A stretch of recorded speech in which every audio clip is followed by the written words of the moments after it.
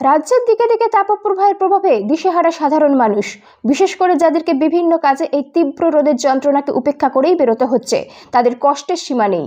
এই জায়গায় দাঁড়িয়ে রাজধানী শহর আগরতলা সহ বিভিন্ন জায়গায় একাংশ সমাজ সচেতন সমাজে দরদীদের পথে নামতে দেখা যাচ্ছে।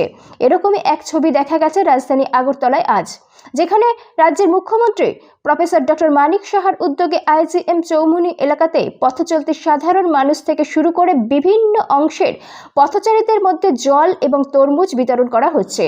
গোটা বিষয় নিয়ে আয়োজকদের তরফ থেকে দাবি করা হয়েছে, যেহেতু বিভিন্ন জায়গায় মানুষ প্রচণ্ড অসুবিধার মধ্যে রৌদ্রকে উপেক্ষা করে বেরোচ্ছেন, তার জন্যই এই উদ্যোগ।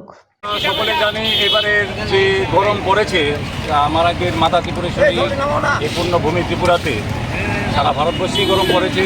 এই গরমের অনুসারে আমাদের এখানেও গরম পড়েছে। আমাদের মাননীয় মুখ্যমন্ত্রী প্রফেসর ডক্টর মানিক সাহা মহোদয় উনি আমাদেরকে বলেছেন যে যেভাবে করোনাময় পরিস্থিতিতে আমরা ছিলাম মানুষের পাশে, এই গরমের তীব্র দাবদাহে যাতে যারা মানে না বেরোলে নাই হয় এমনভাবে বেরোতে হয়, ওদেরকে যাতে আমরা একটু রিলিফ দিতে পারি, সেই একটু ছোট্ট আয়োজন করেছি। আমাদের মাননীয় মুখ্যমন্ত্রীর নির্দেশে আমাদের এখানে তরমুজ দেওয়া হচ্ছে এবং ঠান্ডা পানীয় গ্লুকন্ডি দিয়ে আমরা দিচ্ছি।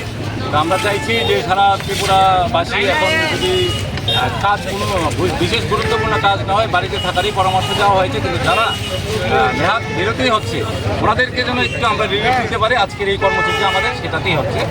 আর আমরা সত্যি আবারই মাননীয় মুখ্যমন্ত্রীকে আমরা আবারও ধন্যবাদ জ্ঞাপন করছি যে উনি আবার আমাদেরকে নির্দেশ দিয়েছেন, একটা সুযোগ করে দিয়েছেন আমাদের ত্রিপুরাবাসীর সাথে থাকার জন্য।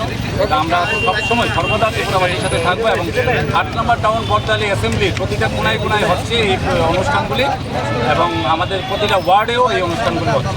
উদ্যোক্তাকে ধন্যবাদ। সবাই যেন ভালো থাকে, সুস্থ থাকে, সেটি আমরা কামনা করি। উদ্যোক্তা হচ্ছে আমাদের মাননীয় মুখ্যমন্ত্রী, শুধু আমরা এই পরিচালনা করছি।